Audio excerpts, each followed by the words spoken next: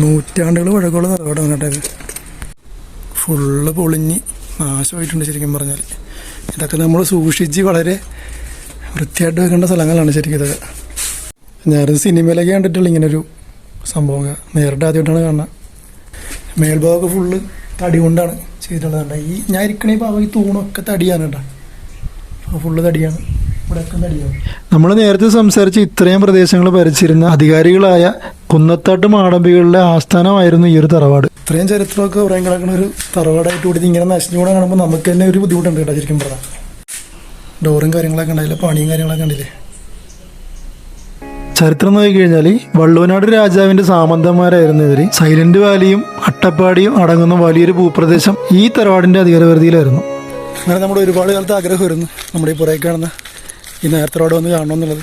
എന്തായാലും കണ്ട് ഒരു ആഗ്രഹം നമ്മളിവിടെ കംപ്ലീറ്റ് ചെയ്ത്. തറവാടിന്റെ കുറച്ച് മാറിയിട്ട് നമുക്കൊരു കുളം കാണാൻ കഴിയും കേട്ടോ. ഇപ്പൊ പടവുകളൊക്കെ പൊളിഞ്ഞു പോയിട്ടുണ്ട്, എന്നാലും ചെറുതായിട്ടൊക്കെ നമുക്ക് ഇവിടുന്ന് കാണാൻ പറ്റുന്നുണ്ട്.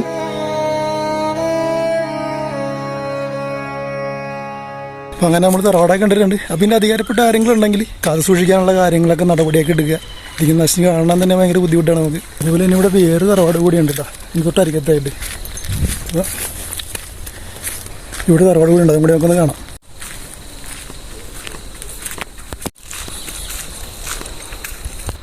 വേണ്ട ഒരു പടിയിറങ്ങി അങ്ങോട്ട് പോകണം.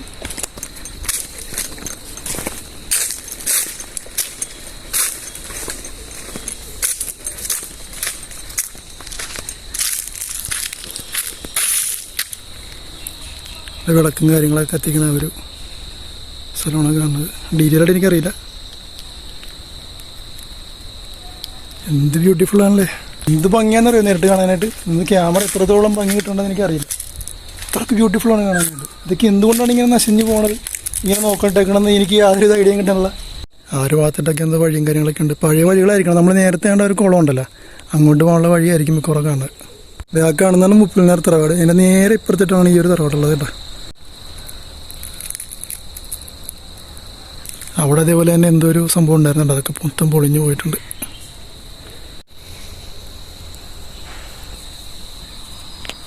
സത്യം പറഞ്ഞാൽ ഭയങ്കര സന്തോഷമുണ്ട്. ഇങ്ങനെ ഇവിടെ വന്ന് ഇങ്ങനെയുള്ള കാഴ്ചകളൊക്കെ കാണാൻ പറ്റിയത് ഭയങ്കര സന്തോഷമുണ്ട്. പിന്നെ ഒരു സന്തോഷം ഇല്ലായ്മ എന്ന് പറയുന്നത് ഇങ്ങനെ കിടന്ന് നശിഞ്ഞു പോകണത് കാണാനായിട്ട് കുറച്ച് ബുദ്ധിമുട്ടുണ്ട്.